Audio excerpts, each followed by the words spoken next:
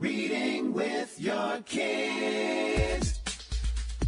Hola, ni hao, konnichiwa, assalamu alaikum, shalom, mahaba, boni muli wanji, namaste, jambo, bienvenidos. Hi, my name is Jedley, and this is the Reading with Your Kids podcast. We are coming to you from the beautiful neighborhood of Reedville in the southwest corner of Boston, Massachusetts. We are so delighted and so very honored that you're joining us in our mission to help families grow closer through reading. Please be sure to subscribe to the show on the iHeartRadio app, on Spotify, Amazon Music, Audible, Apple Podcasts, wherever you find your podcast. Our guest today is Chris Tompkins. He is here to talk to us about his really important book. It's called Raising LGBTQ Allies, A Parent's Guide to Changing the Messages from the Playground. Before we invite Chris into the studio for this very important conversation, we want to let you know that this episode of the Reading with Your Kids podcast is brought to you by Jennifer Swanson and her really fantastic book, Astronauts and Aquanauts, Space and the Ocean. If you don't think they go together, think again. Join us on an amazing journey as we go up into space with astronauts and dive deep down into the ocean with aquanauts to explore the far-off places of our planet and the solar system. You might just be surprised at how similar the domains of astronauts and aquanauts really are. Presented by the Dean of all things STEM and STEAM, Jennifer Swanson, this awesome book will give you a peek inside how real astronauts and aquanauts do their job and may even inspire you to become one yourself. Jennifer Swanson's Astronauts and Aquanauts can be purchased at most online booksellers and bookstores, and you can also ask for it at your local library.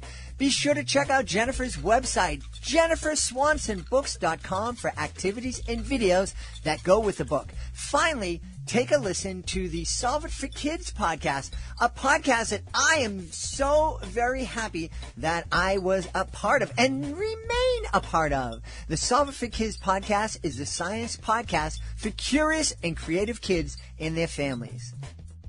Joining us right now from Los Angeles in California, our guest today is here to talk about a really important book, I think. It's not a book that we're likely to sit down and read with our kids, but it is a book that parents should be reading because the message inside is so very, very important. Please welcome to the show the author of Raising LGBTQ Allies, Chris Tompkins. Hey, Chris, welcome to the Reading with Your Kids podcast. Yes, thank you for having me. It's really good to be here. I'm excited to have you on. I think that this is an important subject. No matter how you might feel personally about LGBTQ issues, whether you have religious feelings, the one thing that we've said consistently here on the show is there's no debate when it comes to showing everybody respect and love and making them feel welcome. And I think that's the whole point of this book. Right. It is. Absolutely. And I agree with that for sure as well. So tell us, it's interesting how you were inspired to write this book. Share that with us, please. Yeah. So kind of the quick version is that back in 2015, I was at a family function and my nephew, who was 6 at the time, ran over to me and asked, his version. Oftentimes kids, they have the thought his version of whispering is talking out loud. So he ran over to me and whispered, but out loud, "Uncle Chris, is she your girlfriend?" to this woman that was sitting next to me. And I just remember kind of the moment was almost like time stood still and I was just noticing everyone's reactions. And cause I was really I was caught off guard because I just assumed that he knew that I was gay. And so I started to realize maybe his parents aren't having that, conversation. And so I started to ask around to different parents, people who I knew who had kids. And I was getting some pretty surprising responses, like, "Oh, I didn't know if they were old enough," or "I don't know what to say," or, and so what I share in the book is that I knew that I was gay when I was 6. And so I was the same age as my nephew. And so I was hearing all of these people talk about he's not old enough, but yet I was remembering that I was old enough to know that about myself when I was his age. So that's kind of what was the impetus of the book.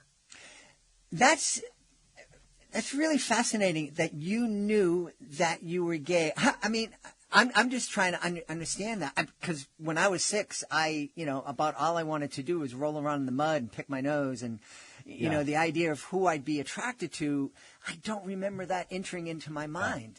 Yeah. I get that question a lot, and it's something that I write about in the book. And what I talk about is that, you know, one of the things that I really hope to highlight in my book with parents, especially today, is because I do think that times are changing. And so when we think of homophobia, transphobia, you know, we often think of bullying or outright like verbal words or messages. But what I'm really talking about is we live in a heteronormative society.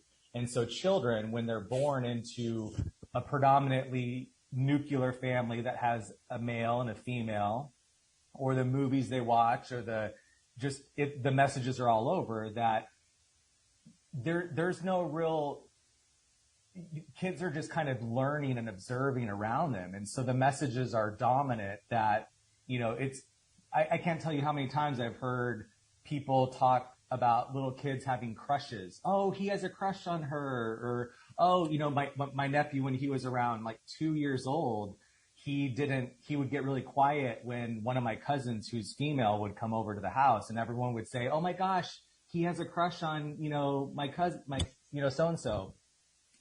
So to answer your question is that when I say that I knew that I was gay, oftentimes we put our adult constructs of what that means. Mm-hmm. And so right now you're an adult, I'm an adult. And so you're trying to understand from adult's perspective, how could a kid know that he's gay? Because you're associating those, you know, being gay from an adult.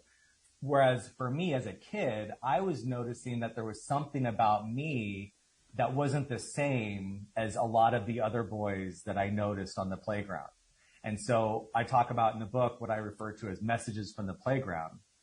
And it's an analogy that I use to describe the dominant societal beliefs that we pick up. So as a kid, I was very observant. So I was noticing boys and girls and people talk about crushes and seeing in movies and seeing my own parents, who's a man and a woman. And I was just observing that I didn't feel that same way. There was something about me that was, at the time, I didn't necessarily know that it was gay, but I knew that I was not the same as a lot of the other boys that I knew. Okay. All right. Yeah. It's, you know, and I'm almost 100 years old. So, you know, the way, and I came from a human service background. I was a social worker and work with kids, and the way the world, or at least the way human services and counselors look at the gay and lesbian issues. And I know in your book you refer to homosexuality as a slur, and you don't like to use the word. So I'm trying to, you know, not be offensive. But I know, you know, what I was taught about, you know, dealing with somebody who identified as gay or lesbian has changed. You know, when I first started social work, the thought was, oh, this is a choice that someone makes, and it's okay for them to make that choice. And right. And it was listed in some medical, I don't know the initial, DSM. DSM, yeah. Yeah, the DSM as being some sort of a disorder. And right. I know that has changed a great deal. Right. They don't always send out the memo like, hey, this is changing, and this is why it's changing. Right. We've right. discovered these different things. Right. Yeah, no, you bring up good points, and I address a lot of them in the book. And my first chapter, I talk about the history of the DSM. You know, you mentioned the term or the use of homosexuality, and it's not that it's a slur, it's that the history of the word mm-hmm. was used for a long time as a way of denigrating LGBTQ, specifically lesbian and gay people. And so it's not that the term is a slur. It's just that what I talk about in the book is that when it's used outside of a clinical context, mm-hmm. that's when it can be sometimes offensive for people because it has that history. And I give that breakdown. And one of the things that I really think is important, because you mentioned the DSM right now we have the DSM-5, is that homosexuality was considered a mental disorder. And oftentimes it's pointed to 1974 as when it fell out of the DSM. Right now it's the DSM-5, like I mentioned, but before it was the DSM, I think 3. And homosexuality fell out of the DSM in 1974, but that's not entirely accurate. It wasn't until 1985 that it entirely came out, because it was still considered an ego dystonic disorder. What that means is that if someone was going to a therapist and they were upset because, they didn't want to be gay, or maybe they had some shame around being gay, if that therapist wasn't aware of heteronormativity and how oppression works, is that outside oppression creates internalized oppression. And so dominant outside messages create inside a person negative beliefs. And so I really unpack that, because I think that's really important to really look at when it comes to where we're at today. And just from like an observational perspective, because I think words are really important, is that whenever we talk about the LGBTQ community, oftentimes we use LGBTQ issues. Okay. And so even in the conversation that we've had this morning, just as just a point of reference, issues are often, these are, gay and lesbian issues or transgender issues. And so what I also talk about in the book is how words are really important when it comes to talking about certain groups of people. And so using words like issues are kind of rooted in that history of the DSM-5 or the DSM. Yeah. So what is, because like I said, I'm an old guy, so I'm really trying hard to be respectful in my language. Yes. What's the best way for somebody like me to, a better term instead of. Yeah. No, thank you, Jed. And I really appreciate your question. I appreciate even having this conversation. And what I don't want is that the book, and I actually talk about this in the book, is that this isn't about being so hyper vigilant about what we say that we fear even talking about it. And, or we stumble through, I don't want to offend someone, so I don't know what to say, so I'm just not going to say anything. And that's not what I want. I want us to be able to have an open conversation and to be able to talk about these things. And so what I invite readers to consider in the book is that instead of issues, we could say matters pertaining to the LGBTQ community. So for myself personally, I really try to intentionally use matters because I think that LGBTQ people matter. And so I try to, really insert matters versus issues. Or, when I talk about, because I often go to schools and share my coming out story. I volunteer with an organization called PFLAG. And so I'll go to schools and share my coming out story. And so when people ask me, well, how did, similar to yourself, or how did you know that you were gay when you were 6? And I really try to not describe myself as being different, because I often think of children in the schools that I'm going to visit, and some of them may or may not be out of the closet, or they may be on the journey of coming to terms with their sexuality or gender identity. And so if they hear me use words like, well, I was different, kids, when they're young, they want to be a part of the group. And so that's oftentimes where the closet comes, is that a young child doesn't want to be different. And so, maybe teenagers, that's another story. But, when you're young, you really want to be a part of something. And so I try to be really mindful with my language, especially around young kids, because I think it really influences how they feel about themselves. And that's really what the book is too, is that it's raising LGBTQ allies. So it's not necessarily just for, parents who have LGBTQ kids. It's for kids in general, so that they can start seeing LGBTQ people in a way that is normal versus different. Yeah. So when we're talking about raising LGBTQ allies, what does that mean? What does that look like? What does an ally look like in the way that they behave on the playground? Yeah. An ally, it's really, so I've been teaching social emotional learning for 6 years. And one of the classes that we teach is about bullying and what bullying looks like. And I talk about this in the book, but most of us, when we think of bullying, we think of the bully and then the person who's getting bullied. What in this class and what we really have conversations about with young people are that there are more people involved in that scenario. There's the bystander. There are people who contribute, and there are also people who can stand up for the person who's getting bullied. And that person standing up for the person who's getting bullied is really important. And so my hope with the book is that by inviting parents and caregivers and teachers and mental health practitioners to have conversations with all young people, because all young people have a journey of discovering who they are, that when we can invite kids to consider that there are other ways to grow up and to be in the world, then that helps them see kids in a more, that's not different. That's not, bad. That was one of the things that I was so surprised by my own family, is that I come from a big family and there are like 20 to 30 young kids. And so just statistically speaking, because my book really started out as a letter that I wrote my family. Mm-hmm. And I was inviting my family to consider, if we're not talking about this in our families right now, there are kids in our family who could be LGBTQ. And so by us not talking about it, they're intuiting, like they're picking up the messages from the playground, the subconscious beliefs that, we don't talk about this. It must be shameful. It must be bad. It must be different.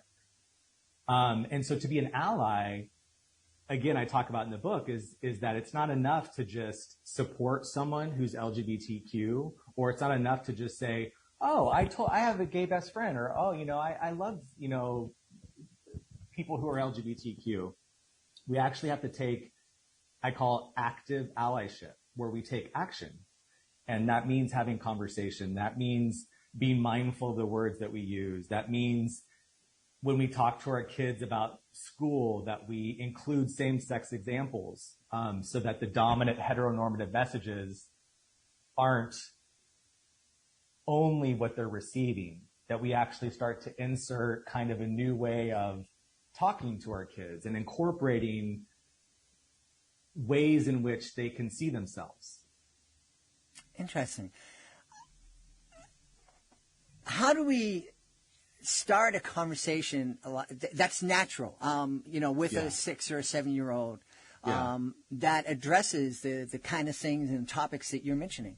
Yeah, no, that's a great question. And, I just had this conversation, a similar one yesterday, and my measure that I invite parents and caregivers to consider is that when children are old enough to start asking questions, that's a pretty good indicator that it's, a good time to start incorporating the conversation and having the conversation. So for instance, my nephew, who is 6, if he's old enough to ask me if that was my girlfriend, he's perfectly old enough to know why I wouldn't have one. Mm-hmm.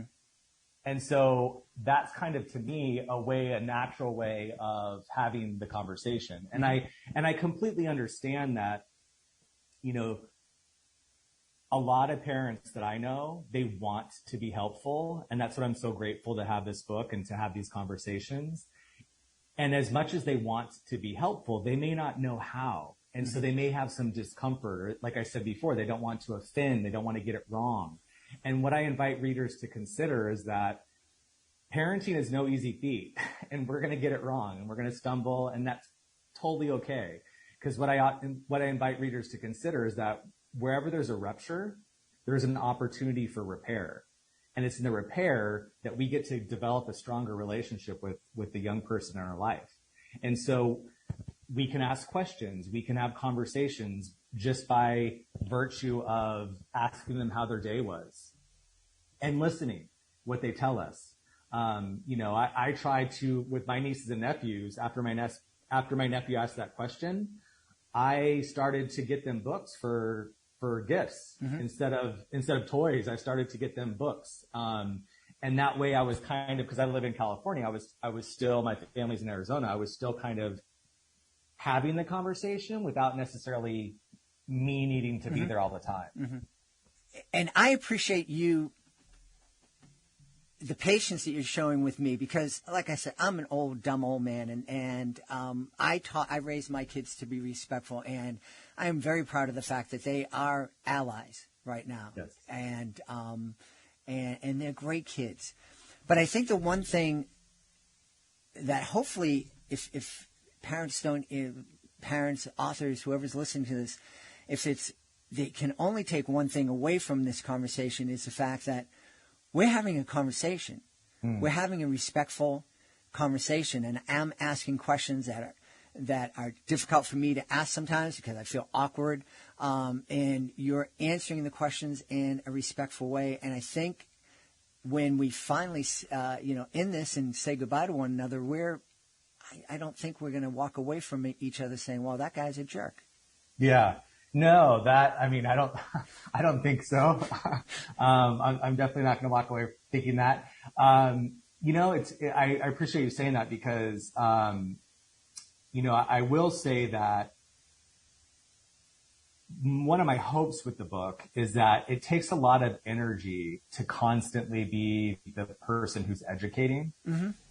And so one of my hopes with the book is that it's not the responsibility of the child to teach the parent who they are. It's really up to the parents to learn who the child is. And so my hope with the book is I'm an adult. I've been an LGBTQ advocate since I came out of the closet. And so that's a very long time. And so I don't mind, me personally, taking time and having conversations.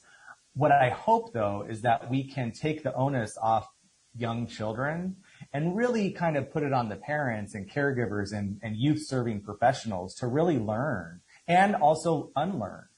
And so that we're learning who the kids are versus kind of putting it on the kids to teach us who they are. And if there was one message, I'm sure maybe you've talked to other authors and there's like that elevator, like if you were to summarize your book in kind of like a quick version, one of the messages that I really hope that parents and caregivers and people who read my book, it's talk to your kids, talk to your kids, have conversations, and don't allow fear of getting it wrong to prevent you from saying something.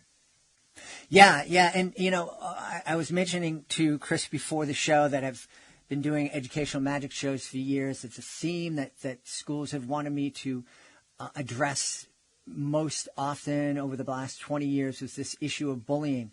And our understanding of bullying has grown and evolved so much. At first, schools wanted me to go in there and cheerlead, say no to bullying, you know. And I quickly realized in my research that it's more than this. And it's, we need to do more than just say, don't bully others. We need to tell the kids who are in the middle, the vast majority of kids who aren't being bullied, who aren't being the bully, but are seeing it happen. They're the kids who can actually make changes by standing up, supporting each other, being an ally of whoever, not just LGBTQ people, but people from different races, different cultures, different languages.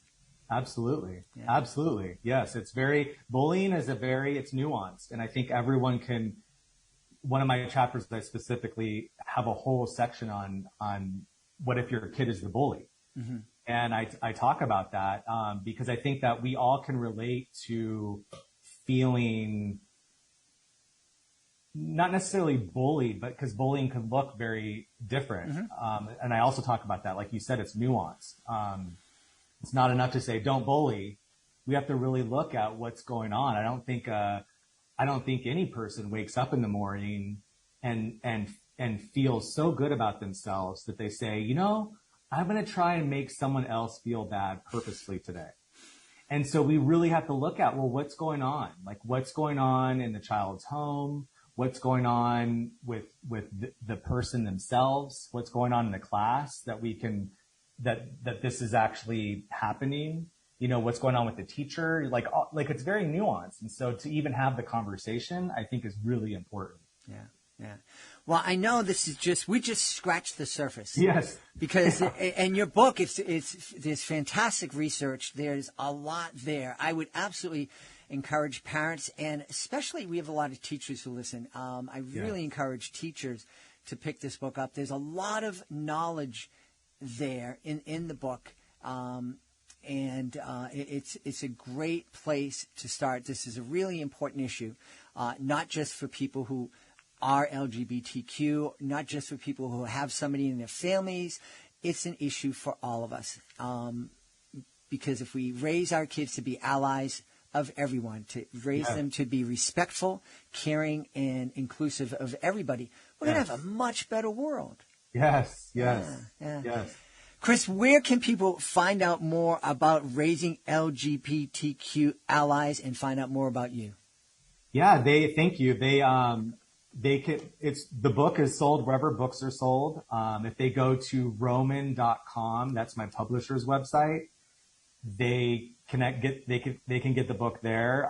Amazon, most independent bookstores, I think, in like communities across the country. So if they want to support their local bookstore. And then as far as myself, my website is aroadtriptolove.com, and that's all one word, aroadtriptolove.com. Wow. And I'm really grateful to be here because that was one of my hopes is that, it's back to school, and I hope that more teachers and caregivers and youth serving professionals can really, really help create LGBTQ allies in the classroom. Yeah, very important. We've been speaking to the author of Raising LGBTQ Allies, Chris Tompkins. Hey, Chris, thank you so much for being with us. Thank you, Jed. I appreciate it. Please be sure to join us for the next episode of the Reading with Your Kids podcast. Our guest will be Philip Reed. He'll be joining us from the United Kingdom to celebrate Cookie Koala and the Problem. I wonder what it could be. That's the next episode of the podcast. Hey, if you're the author of a fantastic children's book, we would love to help you tell the world all about it. Please be sure to go to our website, readingwithyourkids.com, click on the Authors Click Here button at the top of the page, and scroll on down to learn about how you can be a guest, learn about our Certified Great Read program, and also learn how you can take advantage of our monthly promotion programs. Really, really powerful and popular. I want to thank the folks who made today's show so wonderful. Chris, I want to start by thanking our guest, Chris Tompkins. Please be sure to check out Raising LGBTQ Allies, a parent's guide to changing the messages from the playground. We also want to thank our sponsor, Jennifer Swanson, jenniferswansonbooks.com. Be sure to check out all of the great books from our Dean of all things STEM and STEAM, Jennifer Swanson. Especially take a look at her Astronauts, Aquanauts. It is a certified great read. In fact, it was one of the first certified great reads. Also want to thank my team, Alejandro Doherty, Fatima Khan, Rory Grady, Michael Murphy. I want to thank my beautiful wife for all the support she gives me. Most of all, we all want to thank you. Thank you so much for taking the time to join us today. And as always, thank you so very much for taking the time to make the world a better place by reading with your kids. I'll be looking for you in the next edition of the Reading with Your Kids podcast.